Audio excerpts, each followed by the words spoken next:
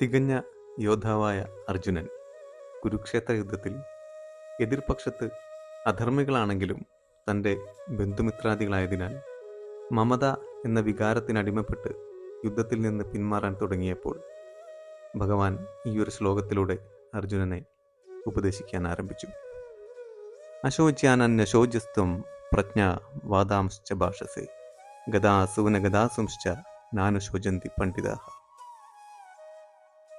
ദുഃഖിക്കേണ്ടാത്തവർക്ക് വേണ്ടി ദുഃഖിക്കുകയും വലിയ ജ്ഞാനികളെപ്പോലെ സംസാരിക്കുകയും ചെയ്യുന്ന അർജുന, ജീവിച്ചിരിക്കുന്നവരെക്കുറിച്ചോ മരിച്ചവരെക്കുറിച്ചോ പണ്ഡിതന്മാർ ദുഃഖിക്കാറില്ല.